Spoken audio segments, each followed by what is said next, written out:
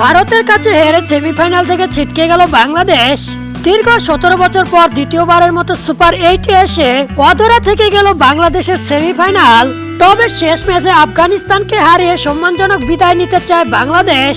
তবে তা কি সম্ভব, যাদের দখলে রয়েছে বিশ্বসেরা স্পিন বোলিং লাইন আপ এবং বর্তমান সময়ের সর্বোচ্চ সফল হাইয়েস্ট ওপেনিং জুটি ইব্রাহিম জাদরান ও রাহমানুল্লাহ গুরবাজ?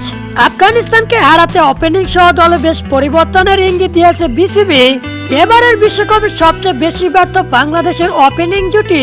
কোনো ম্যাচেই পাওয়ার প্লে শেষ পর্যন্ত খেলতে পারেনি এই ওপেনিং জুটি। তাই তো আফগানিস্তানের সাথে ওপেনিং জুটিতে দেখা যাবে সৌম্য সরকারকে। এবারের বিশ্বকাপে মাত্র একটি ম্যাচ খেলেছে সৌম্য। শ্রীলঙ্কার সাথে 0 রানে ফেরাতে আর দেখা যায়নি বাকি ম্যাচগুলোতে। এবার আফগানিস্তানের সাথে ওপেনিং এর সৌম্যর উপর ভরসা রাখতে চলেছে বিসিবি। এর ফলে দল থেকে জায়গা হারাবে আরেক ওপেনার তানজিদ তামিম।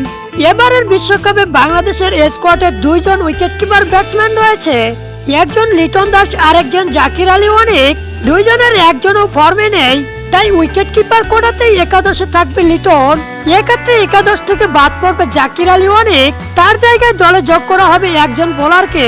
শেষ 2 ম্যাচ থেকে খুব বাজে বোলিং করছে বাংলাদেশ, তাই শেষ ম্যাচে আফগানিস্তানের সাথে একাদশে যোগ করা হবে পেসার শরীফুলকে।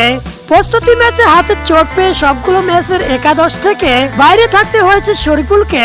ইনজুরি জনিত সমস্যা না হলে বাকিরা সবাই ঠিক থাকবে।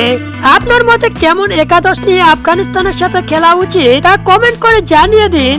আফগানিস্তান বনাম বাংলাদেশ ম্যাচটি 25শে জুন বাংলাদেশ সময় সকাল 6টা 30 মিনিটে ওয়েস্ট ইন্ডিজের সেন্ট ভিনসেন্ট স্টেডিয়ামে অনুষ্ঠিত হবে। এ ম্যাচে কোন দল জয়লাভ করতে পারে তা কমেন্টে জানিয়ে দিন।